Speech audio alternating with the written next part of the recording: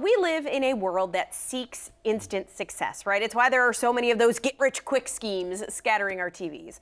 But there is so much more truth to those small changes, big rewards, right? The business coaches from Take Action, Pete McDowell and Peg Burley, here to teach us about the compound effect. So good to have you guys back. Thanks, Robin. Great. All right, so Pete, let's start with you because you say that the principles really of the compound effect can benefit us at work. They can also benefit us at home. So what is this kind of all about, this theory? So the simplest example, the best example I think is that a lot of us have tried to lose weight, right, at times. Right. If you cut your calorie intake, average American, couple thousand, give or take, man or woman, it's a little less or more.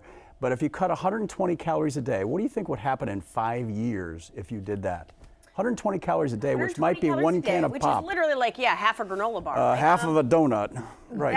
I feel like it eventually, 10, 20 pounds? Yeah, 14 pounds, right? That's big. Yeah. Right? Right. Right. That's it. And it is that kind of thing because you know the choices you make every day you're not going to see. Right. You have to have that patience, right? Right. Okay. And consistency. And so we said kind of that small action, big rewards. Sure. So what are some examples, Peg, when we talk about these small changes too that turn into big rewards in our life? Right. So I want to give you an example. Pete and I were just talking about this.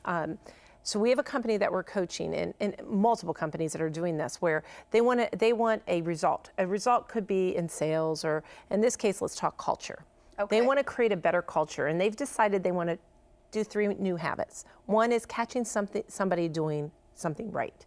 Being inspiring, right? That kind of leader. And being caring, not pushing so much, but stepping back and listening. So those are a few behaviors that are going to be small changes that they're going to do. And here's the secret. How do you get that done? We want you to chart it.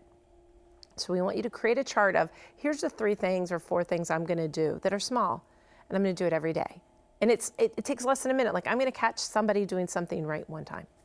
Right. And then every day you're going to give yourself a score on a scale of 1 to 10, 10 being the greatest.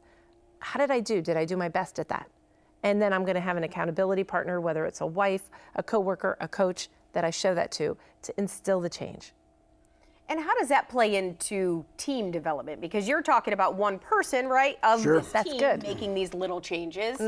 How does that help everybody? So another example is we've got a department manager of a larger corporation who's got 15 people, 12 out in the field doing mechanical work, 3 inside the office, and then 1 salesperson who's both in and out.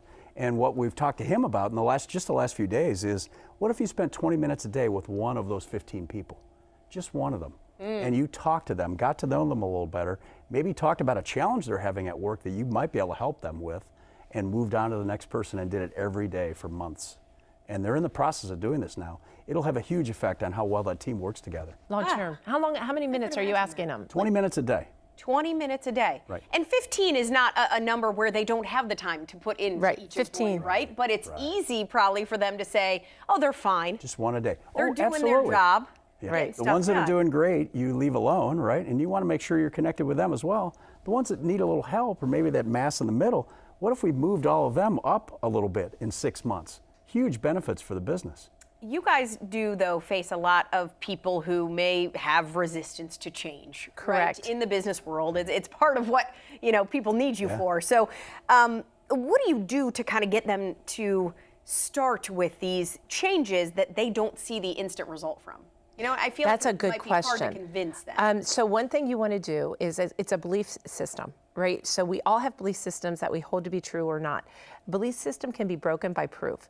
So to your point, that was so good, but I don't see the results. I'm not losing the weight, Pete, by the 120. I'm not doing it. Right. So what you have to do is write down and celebrate what you do see that's being good. Record the activity. Just reward yourself on the activity. Right? Okay. And there's any kind of big result, and then eventually you'll see it. Right. Okay. And you will see the results if you look for them and say, you know what, I noticed that person was happier.